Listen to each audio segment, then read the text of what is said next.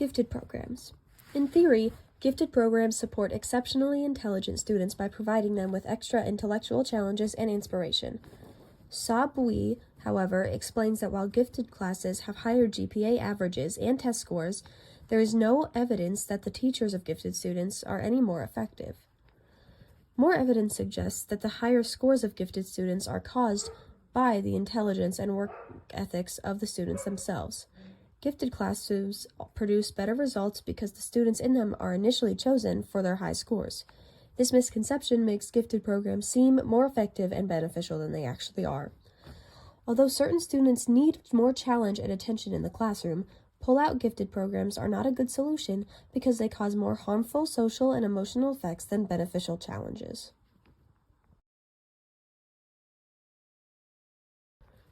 Burnout. Cash and Lynn's study proves alarming correlations between gifted programs and poor mental health, such as anxiety, perfectionism, and low self-esteem, and burnout. Students in gifted programs compare themselves to their peers and place too much self-worth into test scores and grades. When young students experience this, they often forget to balance their schoolwork with other fun activities. The pressure of gifted programs causes major burnout and low self-esteem and self-care in young students due to the competitive and comparative nature of the programs. Mental health. Gifted programs make students overly critical of themselves and others, causing low self-esteem and poor mental health.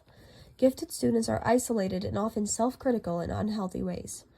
Gifted programs can also lead to burnout, anxiety, and self-criticism. Cash and Lynn also state that the label of gifted can cause students to set unrealistically high expectations for themselves.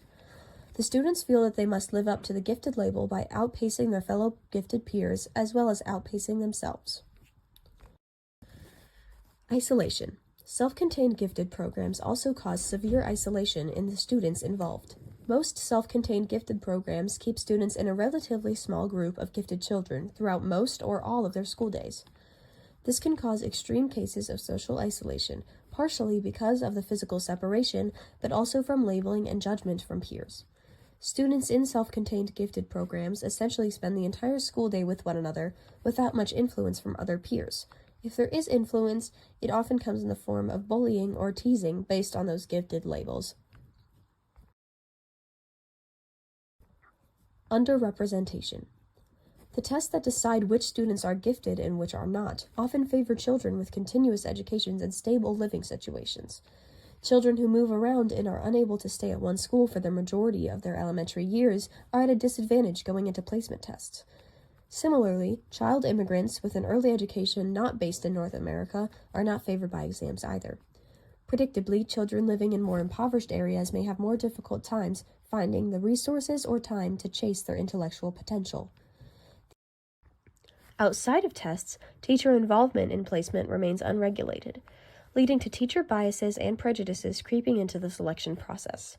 While placement tests are mostly biased for students with different early education and living situations, teacher discretion is even more harmful in that it is based on personal beliefs, many of which are internalized and subconscious. Teacher bias also tends to be more affected by stereotypes and prejudices against students of color. According to Grissom and Redding, teachers can play a gatekeeping role in gifted assignments that can disadvantage students of color if teachers hold lower expectations for them.